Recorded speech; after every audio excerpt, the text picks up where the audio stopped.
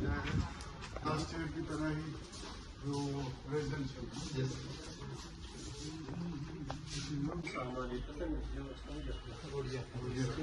Cylinder वगैरह सारी last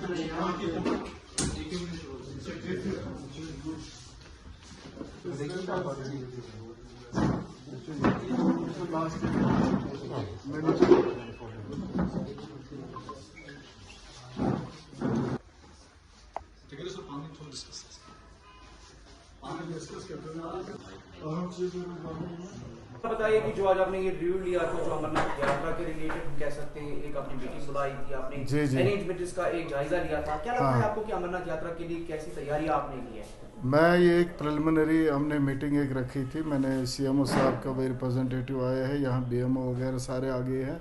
हमने आज ये देखना कि हमारी तैयारियाँ कैसी है। देखिए कि ये एक इवेंट होता है जो साल भर जो यहाँ का सामान एक ही जगह रहता है, हमने उसको ट्रायल में देखना है, उसको एक मॉक ड्रिल सॉर्ट ऑफ करनी है।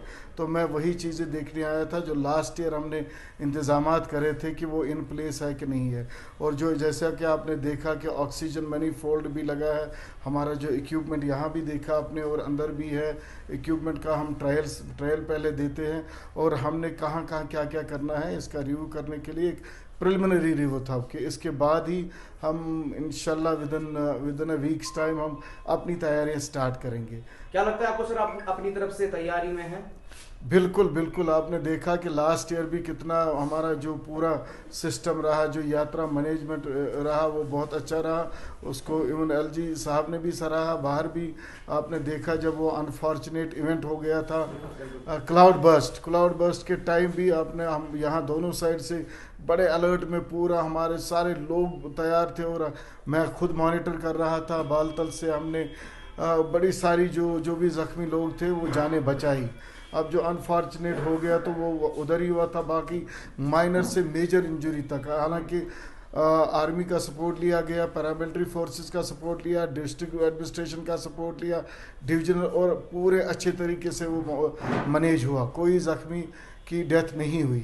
उसके बगैर भी उसके बगैर भी जो ऑक्सीजन सप्लाईज, वही आज मैं यहाँ देखने आया था, वहाँ जो ज़्यादा यूज़ है तो ऑक्सीजन की। हाई आल्टीट्यूड ट्रेनिंग्स भी हमने स्टार्ट करी है और 2B1 में इस वक्त वो ट्रेनिंग चल रही है। हमारे चाहे वो पैरामेडिक हो, चाहे वो डॉक्टर हो, चाहे वो कोई भी रिलेटेड टू ये श्री अमरनाथ जी यात्रा हो, तो उनको हम ट्रेनिंग कराते हैं हाई आल्टीट्यूड की। सर कोविड-19 के केसेस बढ़ते जा रहे हैं तो आपके हॉस्पिटल्स में क्या करेगा? देखिए आपने देखा होगा 9, 10th और 11th को थ्रू आउट इंडिया पूरे भारत में हमारे एक मॉक ड्रिल हुई, जो भी गाइडलाइन के तहत एक मॉक ड्रिल करी गई।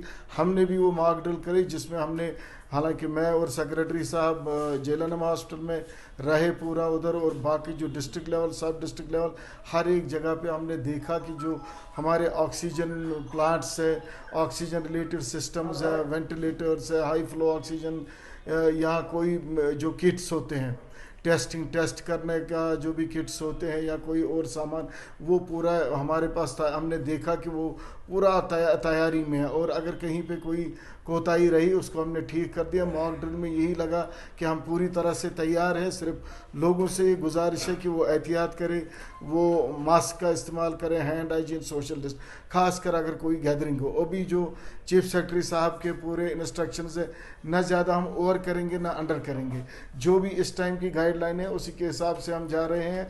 उसके हिसाब से हमने अस्पतालों को रेडी रखा है, हमने जो इन्फ्लुएंजा वायरल क्लिनिक्स रखे हैं वो भी है। सिम्टोमेटिक जो भी पेशेंट है जिसको हमें लगे खांसी है, जुकाम है या कोविड रिलेटेड सिम्टम्स है, उनको हम टेस्ट कर रहे हैं।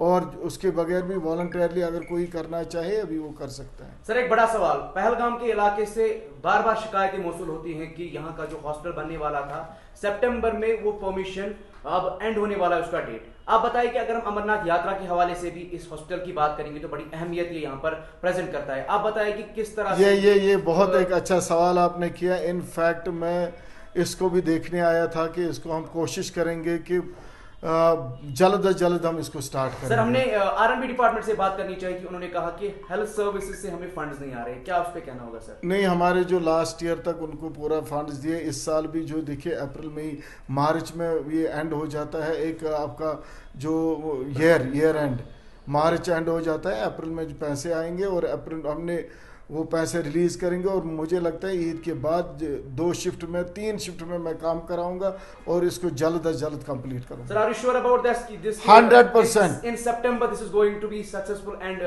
built, constructed. नहीं, नॉट इन सितंबर। मैंने कहा कि हम जल्द अज जल्द काम स्टार्ट करेंगे, ईद के बाद ही काम स्टार्ट होगा। उसके बाद जितना जल्दी होगा उतने टाइम में हम इसको चालू करेंगे। पहलगाम के लोगों के लिए कोई संदेशा यही है कि वो खुश रहे। इंशाल्लाह ये हॉस्पिटल बनेगा। जो इसकी स्ट्रेंथ है, जो डॉक्टर्स है, पैरामेडिक्स के, वो हमने सैंक्शन किए हैं। हालांकि मैं लोगों से भी मिला कि उनका ये रहा कि कुछ स्टाफ की कमी है, वो इसी हफ्ते में मैं पूरी कर दूंगा। सर, G20 के हवाले से आप बता दीजिए कि किस तरह की तैयारी की G20 का हमने अपनी तैयारियां स्टार्ट करी है। जो भी हमने जगह हमने आइडेंटिफाई करी है, उधर हमने कौन सा सिस्टम रखना है। जहाँ भी मतलब हमें लगा कि अपने अस्पतालों को हमने अपग्रेड किया, फेस लिफ्टिंग करी, और जो इक्विपमेंट है, मशीनरी इक्विपमेंट है, या डॉक्टर्स है या पैरामेडिक्स है, इनका जो डिप्लॉयमेंट करनी है वो भी हमारे पास प्लान पूरा मौजूद है। और हमने उसके बारे में भी जहाँ मतलब वेन्यूज़ उनके होंगे वहाँ पे भी हमारी तैयारियाँ होंगी, और हम परफेक्टली तैयार हैं उसके लिए भी। यहाँ हम चंदनवाड़ी भी गए थे और हमने वहाँ भी जायज़ा लिया। अभी जो स्नो है अभी ट्रैक पे है, लेकिन उन्होंने जो डिपार्टमेंट हमारा PWD उन्होंने क्लियरेंस स्टार्ट करी है, और जो ही रास्ता खुलेगा हम ऊपर भी जाएंगे। हमारे लोग हम एडवांस टीम्स भेजते हैं ताकि वहाँ देखें कि कहाँ पे हमने क्या क्या करना है। चंदनवाड़ी में जो DRDO हॉस्पिटल है उसका जो एरिया है वो भी हम देख के आए। वहाँ पूरा वो एरिया अभी हमारे पास ही है, और जो हमारे परमानेंट स्ट्रक्चर्स है वहाँ हमने देखा कि वहाँ जो हमारा इक्विपमेंट लगता है पूरा ट्रैक के लिए वहाँ ही डंप होता है, उसको निकालेंगे। उसको आज से ही मुझे लगता है ईद के बाद ही उसका जो देखेंगे कि एक उसका भी मॉक ड्रिल होगा कि उसकी तैयारियां देखेंगे कि हर एक चीज़ इन प्लेस है कि नहीं है।